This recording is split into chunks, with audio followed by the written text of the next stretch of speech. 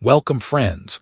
In this episode, we'll delve into the story of Lucas and the alien vampire woman Nova. Grab your coffees, sit back, and enjoy the show. Everyone called her a monster, but the alien vampire woman is now sleeping in my arms. The rain came down red that night, which felt about right, because everything on V. Haron's reach was red: the sky, the dust, the rust weeping down the ribs of 100 dead warships that lay scattered across the plain like the bones of gods who'd lost an argument.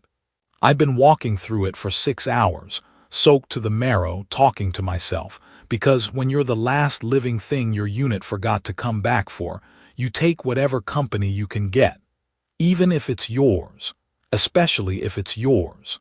Left foot, I told myself over the wind. Right foot, this is going great. 10 out of 10 survival experience, would freeze to death again. The cathedral rose out of the ash like something ashamed to be seen.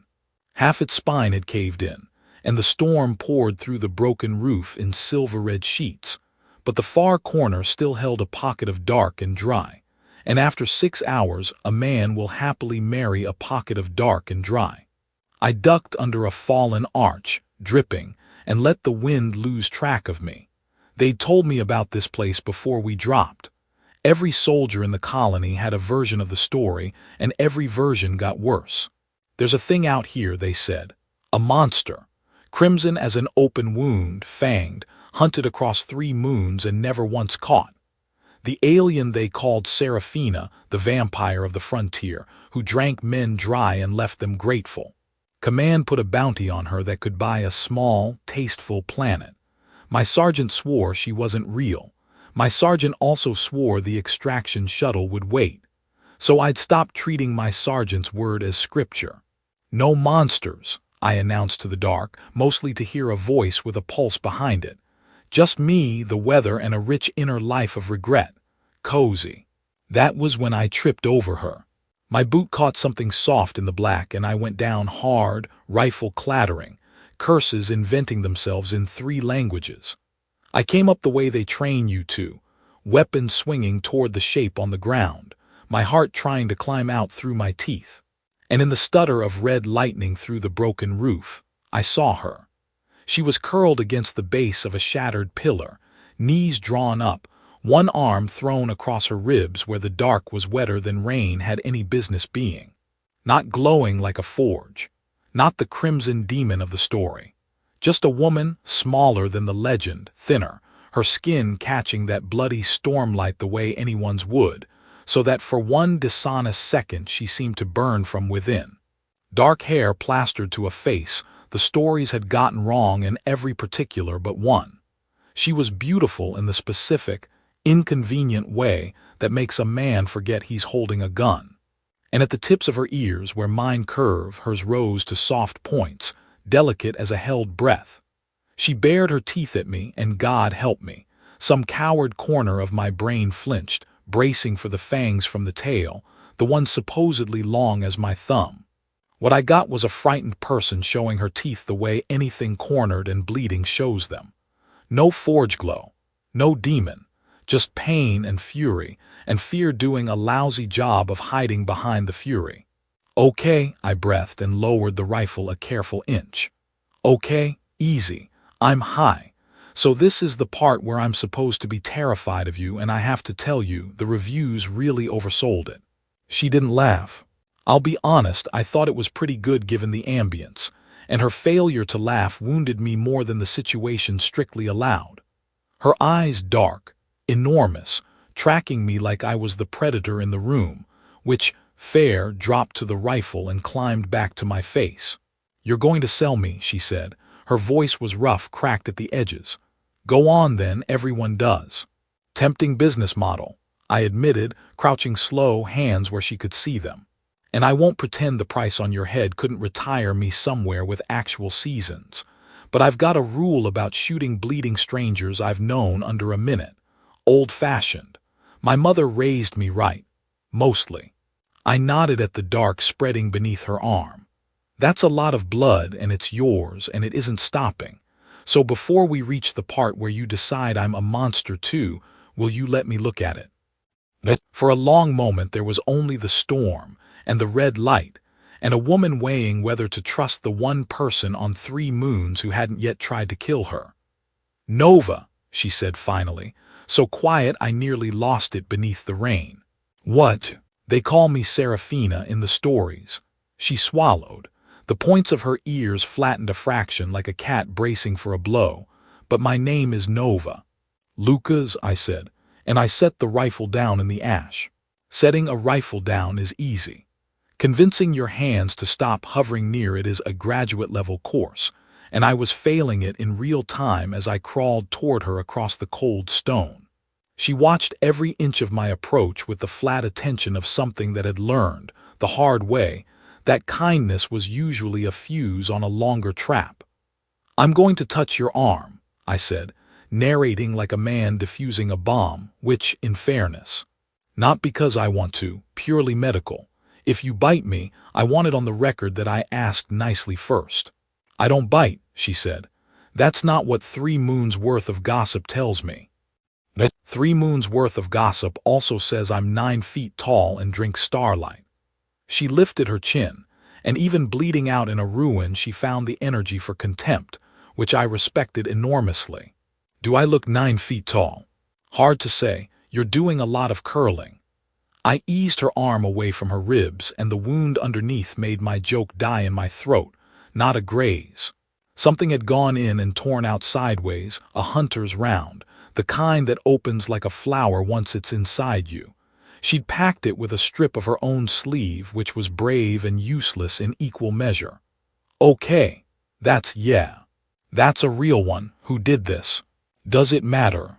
"It matters to me, because if he's still out there, I'd like to be facing the correct direction when he arrives." Something flickered across her face that wasn't quite a smile, but had the same address. I dug my field kit out of my pack, and my hands, bless them, finally remembered they had a job. Coagulant foam, a pressure seal, the ugly efficient magic they teach you so your friends don't die in your lap. She hissed when the foam went in, a sharp inhuman sound, and her fingers closed around my wrist hard enough to leave marks. Her nails were not claws. I'd like the record to reflect that too. Just nails, cold and shaking. "There," I said when the bleeding finally admitted defeat. "You're not going to die tonight. You're welcome. This is the part where you say thank you and I say aw shucks, and we pretend I'm not still a little scared of you." "You're scared of me." She said it like she was testing the shape of it. "But you fixed the wound." Turns out those 2 things live in different rooms.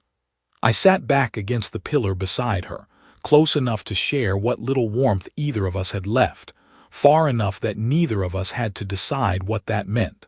"So, Serafina, the terror of the frontier, Nova, whoever you're being tonight, you want to tell me why the whole galaxy wants you badly enough to spend real money." She was quiet long enough that I thought she'd refused. Outside, the storm was easing, the red rain thinning to a mean drizzle. When she spoke, her voice had lost its edge, and what was underneath was worse, tired in the way that goes past the body. "There was a garrison," she said, "on Kel's 2nd moon. Officers went missing, deserters mostly, men who'd sold weapons to the wrong buyers and ran before the ledger caught them. But a missing officer is a scandal, and a scandal needs a shape. A monster is a convenient shape. It doesn't ask for a trial. It doesn't have a family who writes letters." Her mouth twisted. "They needed the disappearances to be hunger instead of corruption. So they found a girl who wasn't from anywhere they'd have to answer to, and they gave her fangs in the telling, and they set the price high enough that no one would look too closely at who was collecting. I turned that over. It fit too well. The best lies always do. They're built from the exact size and shape of the hole they're meant to plug. So the monster isn't real." "The monster is very real," she said softly. "It's just wearing uniforms. It signs its name to requisition forms." She looked at me then, full on, and the stormlight caught her eyes and did something I felt in my chest. "I did not kill those men, but I have stopped expecting to be believed. It's a great deal of effort, hope." I ran out. "Yeah, well." I pulled my ration bar out, snapped it in half, offered her the bigger piece because my mother really had raised me right mostly. For what it's worth, I've met the men who sign requisition forms. Genuinely could not pick a monster out of a lineup that included any of them. So you've got a low bar to clear, and congratulations, you've cleared it. She looked at the ration bar like it might be a trick, then she took it. Why, she asked, are you being kind to me? Honestly, poor impulse control. I chewed. Also, everyone I was supposed to trust left me to freeze on a dead planet, so my faith in official monster designations is at an all-time low. You're the second most trustworthy person I've met this week, and the first one was a corpse, so. I shrugged. Eat your half. You lost a lot of blood, and I've got exactly one heroic first aid kit, and I've already blown most of it on you. For the first time at the dumb honesty of it, or maybe just the exhaustion of finally not running, the corner of her mouth pulled up. Not a laugh, but close. The points of her ears lifted, just slightly, out of their wary flatness. I decided privately that I'd get the laugh before dawn. It seemed like a thing worth surviving the night for. I did not get the laugh before the hour was out, but I got something better, which was the slow untensing of a person who'd forgotten what it was to sit beside someone and not calculate exits. We built the fire small, a heat tab and some splintered pewwood dry enough to catch, and the pocket of the ruin filled with a wavering orange that was, for the first time all night, a color that wasn't red. You keep looking at my ears, Nova said. I do not. You've looked at them 9 times. That's okay, that's surveillance, that's not fair. I poked the fire with a bit of rebar, mostly for something to do with my hands. Fine, yes.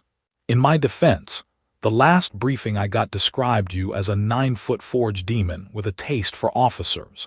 And instead, I've got a woman 2 inches shorter than me with the ears of a very serious woodland creature. The gap between the marketing and the product is genuinely staggering. I feel misled. I want a refund. They're not for hearing better, she offered wry. In case that was your next theory. I know it was your next theory. It was absolutely my next theory, and I hate that you knew that. There it was, not a laugh, but a breath of one. A soft exhale through the nose that in the right light you could get away with calling a laugh in a report. I chose to count it. I'm generous with myself that way. The truce settled into something warmer as the night wore down. She told me in pieces, the things you only tell a stranger you're fairly sure you'll never see again. The moon she was born on, gone now, folded into some corporate cartography. The brother she'd lost track of, the particular loneliness of being turned into a rumor while you're still alive to hear it. That's the part no one warns you about, she said, drawing her knees up. You'd think being hunted would be the worst of it. But it's the story. Everywhere I go, I arrive after myself. People already know a version of me, and she's monstrous, and I can't ever catch up to her to explain. She's faster than I am. She's always 3 moons ahead. I know a little about that, I said. Different scale. But the unit had a story about me too, Lucas, the one who freezes up, the one you don't put on point. Told it enough times it started coming true. That's the trap, right?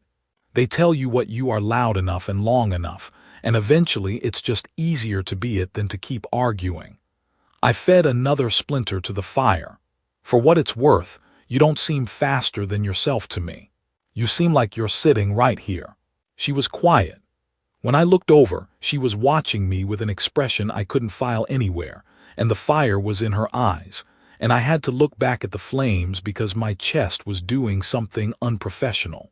There was, I should mention, a thing I'd been not tasking. The stories were specific about how she fed, and I'd cleaned a wound and shared a fire with her, and my neck was still, I'd checked, attached. So I asked, because I'm braver than I am smart. The drinking men dry thing. Where's that from? Because either the rumor mill invented it whole cloth, or I've been remarkably lucky for the past 2 hours and should probably know. To her credit, she didn't flinch. There's a truth under it, the way there's always a truth under the ugliest ones. She held up her wrist, turned it to the light. My people, what's left of them, we don't process food the way you do. Not for years at a stretch, anyway. We take a little iron, a little of what blood carries to keep the body running. A little, a cupful in a season, not a man, not a drained officer in an alley. Her mouth went flat. But she needs a spoonful of blood to live, doesn't sell a bounty. She hungers for the throats of the innocent, does. So they took the true, sad, boring thing, I said slowly, and dressed it in fangs. They took the true, sad, boring thing and dressed it in fangs, she agreed. I'd almost admire the craftsmanship if it weren't attached to a kill order. I thought about that. Then I thought about the coagulant kit and the med patches in it, and the fact that I was, medically speaking, a walking cupful of exactly what she was describing. Right, I said, and started rolling up my sleeve. Don't. She was fast, her hand on my arm, stopping me. Lucas, don't. You've done enough. I'm not going to take from the one person who, she stopped, started over quieter. I've spent 2 years being exactly what they said I am, every time I got desperate enough. I'd rather be hungry a while longer than prove them right in front of you. And that, not the fangs, not the fire, not the crimson stormlight. That was the moment it turned for me. Because a monster doesn't sit bleeding in a ruin and refuse the thing it needs to spare you the sight of it. Okay, I said gently and rolled my sleeve back down. Okay, but if it gets bad, you tell me. That's the deal. I'm not losing the second most trustworthy person I've met this week to stubbornness. Of all the dumb ways to go. The laugh finally came then, real, startled out of her, low and warm and utterly unmonstrous. It cracked at the end where the wound pulled, and she winced and laughed again anyway. I'd said I'd get it before dawn. I was, I noted, well ahead of schedule. The laugh was still fading when the fire betrayed us. Not the fire's fault, really mine, for building it, for letting the night feel safe enough to want warmth in it. But a light in a dead place travels, and somewhere out on the ash plain, through the thinning drizzle, someone saw the orange glow leaking through the cathedral's broken ribs. I knew because the calm bead in my collar, the one I'd stopped expecting to ever chirp again, chirped. I killed the fire with my boot. Nova was already moving, silent, fast, even wounded, sliding into the black behind the shattered pillar like she'd rehearsed disappearing her whole life. Which I supposed she had. Hostiles. She breathed. Give me a second. I thumbed the bead. A voice crackled through, proximity chatter, unencrypted, sloppy, the kind of calm discipline you only get from men who don't expect anyone to be listening. And I knew the voice. That was the thing that landed in my gut like a swallowed stone. I knew it. Heat bloom in the old church 200 meters could be nothing. A second voice, lazier, could be the payday. Bede said the freak was headed this quadrant. A laugh. Easy money, boys. Bring her in warm or cold, they're paying the same. Rennick. It was Rennick's voice, from my own drop unit. Rennick, who used to save me the last of the coffee and cheat at cards, and who had, apparently, decided that a girl with pointed ears was a mortgage payment. There were at least 3 of them. Bounty men now, or bounty men always, and I just never looked. The reward that could buy a small, tasteful planet had a way of clarifying people. And here's the ugly part, the part I'm not proud of. For 1 heartbeat, exactly 1, I did the math. 3 moons of running ended. A retirement with seasons. All I had to do was raise the bead to my mouth and say she's here, and let men I'd bled beside carry away a woman I'd known for 3 hours. 1 sentence. The galaxy had priced it and everything. Then I looked at the dark behind the pillar where I could just make out the pale points of her ears and her eyes catching what little light was left, watching me, not pleading. That was the thing that undid me. She wasn't begging. She'd braced. She fully expected the sentence, had probably heard its cousin 100 times, and was simply waiting to see the exact shape of tonight's betrayal so she'd know which direction to run. I've been called slow. My unit had a whole story about it, but I have never made a decision faster in my life. Church is clear, I said into the bead, dropping my voice into the flat board register of a man reporting nothing. It's me, Rennick, Lucas. Got separated in the storm, holed up to wait it out. That heat blooms my heat tab. No freak, no bodies, just me and a stunning view of the rain. A pause, static. My pulse counted every second of it. Lucas, Rennick, surprised, and under the surprise something cooler. Command wrote you off, brother, said you didn't make the extraction. Command writes off a lot of things it should come back for, I said, and let the bitterness be real, because real is the only lie worth telling. Trust me, I noticed. You want to come collect me, but bring soup, because I've been eating ration bars for 6 hours and I'm about ready to eat the rifle. Another pause, longer. I could hear him weighing it, the friend he knew against the payday he wanted, and God, I hated that it was close, that it took him that long. Sit tight, he said finally. We'll swing past. But if you're sitting on something you shouldn't be, Lucas, the warmth left entirely. That's a lot of money to be a nice guy about. The bead went dead. I let out a breath I felt in my knees. They're coming here, Nova said from the dark. Not a question. They were always coming here. I just bought us the version where they knock instead of kick the door in. I crossed to her, crouched, kept my voice low. That was Rennick. He's not stupid and he's greedy, which is worse. He half believed me, which means he'll come slow and careful, which gives us, I don't know, 20 minutes, maybe less. You could have said yes. She searched my face like the truth might be hiding behind it. You could have said one word and been rich and clean of me. Why didn't you? Because I've spent this whole war being told what things are, I said. The extraction that'll wait. The unit that comes back. The monster in the church.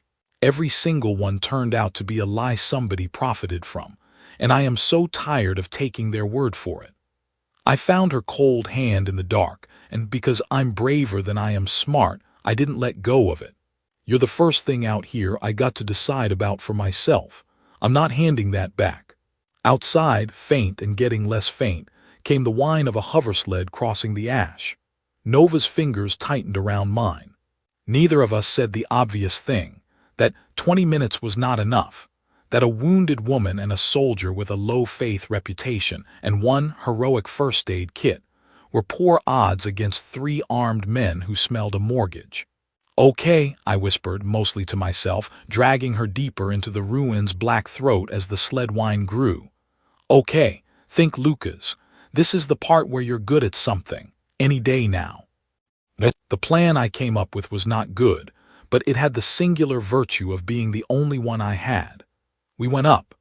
The cathedral had a gallery once, a stone shelf that ran the inner wall where a choir might have stood back when this place still believed in anything. Half of it had fallen, but the far end still clung to the wall a good 10 meters up, reachable by a spine of collapsed masonry that a healthy person could climb, and a wounded one absolutely could not. Nova climbed it anyway, teeth gritted, wound weeping, and every time she slipped I put a hand under her and pretended not to notice her shaking. From up there we could see the whole nave, both broken doors and, crucially, not be seen, tucked into the shadow of a buttress. It's an old truth of soldiering. Nobody looks up. People spend their whole lives forgetting there's a direction above them. We pressed into the dark of the buttress and we waited, and below us the sled whine died and boots came into the church. 3 of them, just like the chatter promised. Rennick in the middle, unmistakable even from above by the lazy way he carried a rifle like it owed him money. They fanned out across the nave, light sweeping, and I felt Nova go absolutely still beside me, the stillness of prey, the kind that costs something. Her hand found mine again in the black. I squeezed it. Don't move, don't breathe, let nobody look up. Lucas, Rennick called into the ruin, friendly as a knife. Come on out, brother, soup's getting cold. A beat. Funny thing, heat tab burns clean, doesn't crackle, doesn't smell like pew wood. His light swept the cold ashes of our fire, the little pile of splinters. You built a real fire, Lucas. Man doesn't build a real fire to warm one set of hands. Beside me, Nova stopped breathing entirely. I could feel her deciding to bolt, to draw them off me, to be the monster and run, so the rumor stayed faster than the girl. I tightened my grip until she looked at me and I shook my head 1 slow inch in the dark. No, not tonight. Tonight you get to just be a person hiding in the rafters, same as me. Below, the search dragged on. Long, awful minutes of lights raking the walls, boots crunching ash. Rennick narrating threats in that easy voice while the other two overturned rubble. Twice a light climbed the wall toward the gallery, and twice it stopped short. Because nobody looks up. Because I have staked my whole miserable life on that being true, and for once it held. My legs cramped. My heart tried to give me away with every beat. And through all of it Nova's hand stayed in mine, cold going slowly less cold, two people may have held breath. "Nothing up here, boss," one of them finally called. "No bodies, no freak. Maybe he was straight with you." Rennick stood a long moment in the center of the nave, turning slow, and I swear his light passed within a meter of us, and I felt the years drop off my life. "Maybe," he said, unconvinced, to the empty air. "Or maybe Lucas grew a spine at the worst possible time." He spat into the ashes. "We'll sweep the ridge, come back at first light. Anything's hiding in here, dawn'll flush it. Can't hide from the sun." And then mercifully they left. The boots retreated. The sled whined up and hummed away east, and the silence that flooded back in afterward was the loudest thing I've ever heard. Neither of us moved for a long time, in case it was a trick. When we finally climbed down, slower, gentler, me half carrying her the last stretch, Nova's legs gave out at the bottom, and I caught her. And we ended up sitting against the base of the pillar tangled together. Both of us shaking now. The adrenaline leaving in a rush that felt almost like laughing and almost like weeping and settled somewhere it didn't have a name for. "They're coming back at dawn," she said into my collar. "They're coming back at dawn," I agreed. "So we've got till the sun, which honestly is more than I had at the start of the night. I've been operating on a real short-term horizon lately." She laughed that cracked, exhausted, real laugh and didn't pull away. The storm had finally died outside, and through the broken roof I could see, for the first time, actual stars where the red had thinned. Hard and clean and indifferent to every price the galaxy had put on the woman leaning against me. "You should sleep," I told her. "You lost enough blood to fill a canteen and you climbed a wall on top of it.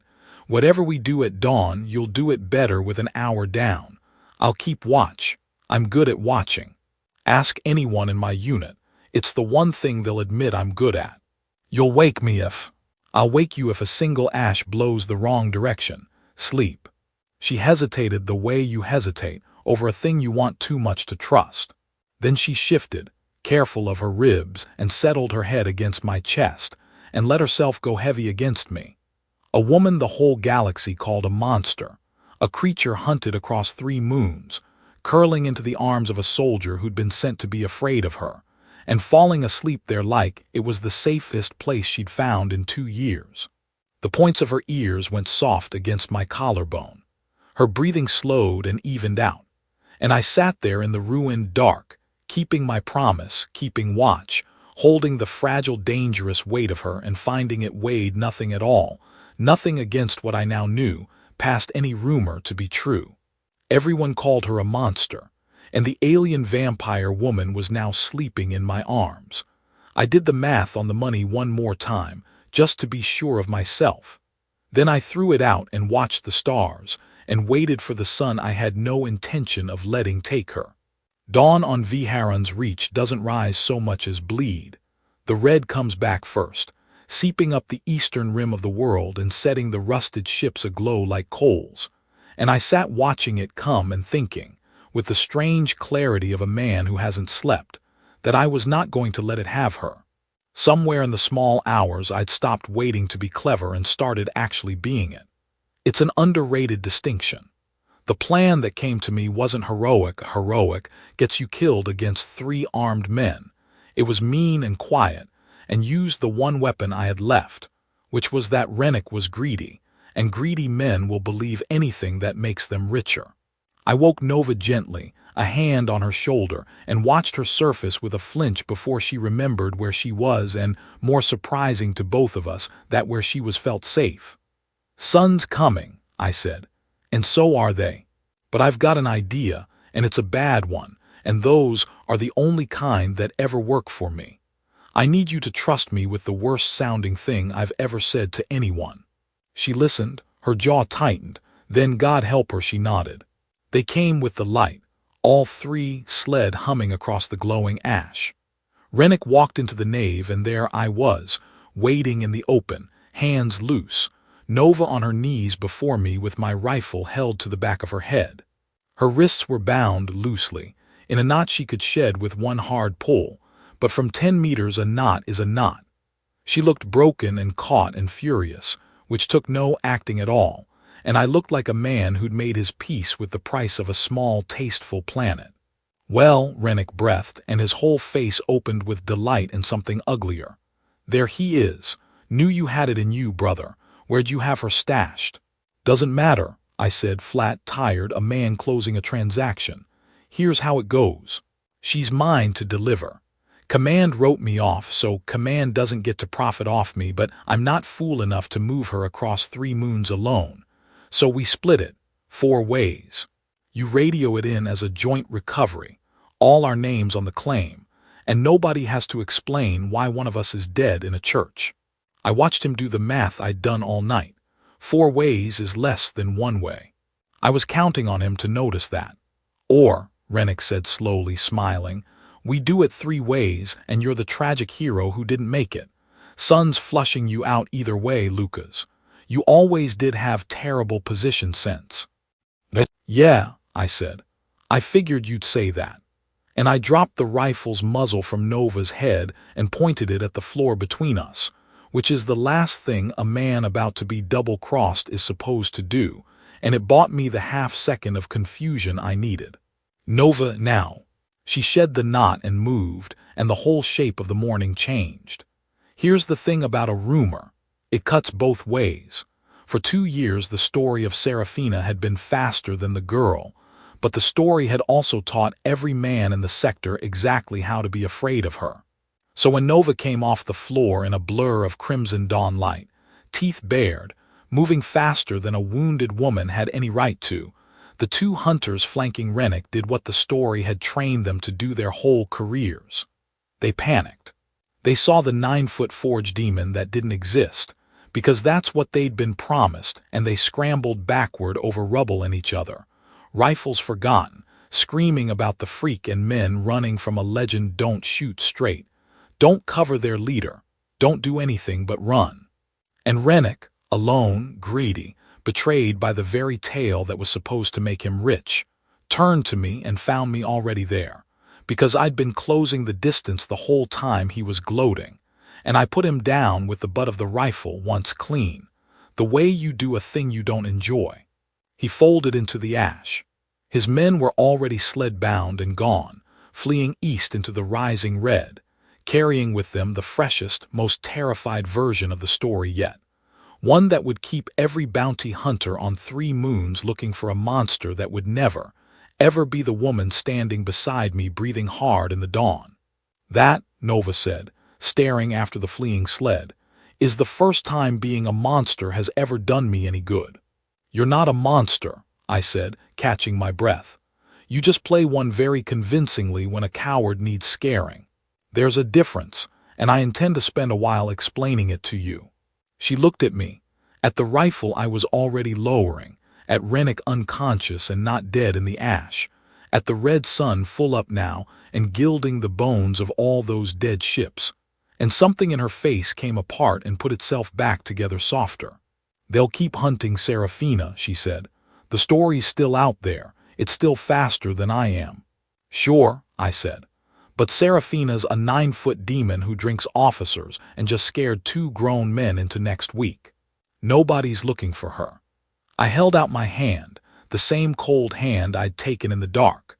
"They're not looking for a woman named Nova with the ears of a very serious woodland creature, traveling with a washed-up soldier of no reputation and one heroic first aid kit. As disguises go, being underestimated is the best one there is. I'd know. I've worn it my whole life." She looked at my hand a long moment, the old hesitation, the wanting too much to trust. Then she took it, and this time there was no flinch in it at all. "Where do we go?" she asked. "Somewhere with seasons," I said. I've been promised seasons my whole career and I'm collecting. We started walking, out of the cathedral of ash and into the red morning, past the rusting giants, two people the galaxy had written the wrong story about and who had, at long last, stopped taking its word for it. First, though, you're going to eat. A real meal, and then when it's bad, a cupful of exactly what you need, and you're going to let me, and you're not going to give me the speech about proving anyone right. That part's not up for negotiation. That's very bossy of you. It's the one thing my unit will swear I'm good at, watching and being bossy about breakfast. The sun cleared the ridge, and the sky, for the first time since I'd landed on that miserable planet, looked less like blood and more like the ordinary, forgiving red of a morning that a person might actually want to be alive in. Come on, Nova, let's go be the wrong story somewhere warm. And she laughed that real, cracked, unmonstrous laugh, and we walked into it together. And behind us the legend ran on ahead, 3 moons fast and getting no closer, chasing a monster who had quietly, finally, become nobody at all but a woman with pointed ears and a soldier who decided, once and for the last time, not to believe the briefing. Our story ends here, friends. We would be very happy if you did us a favor. Please don't forget to hit the like button, leave your thoughts about the story in the comments below, and subscribe to our channel for more stories. See you in the next adventure. Take care.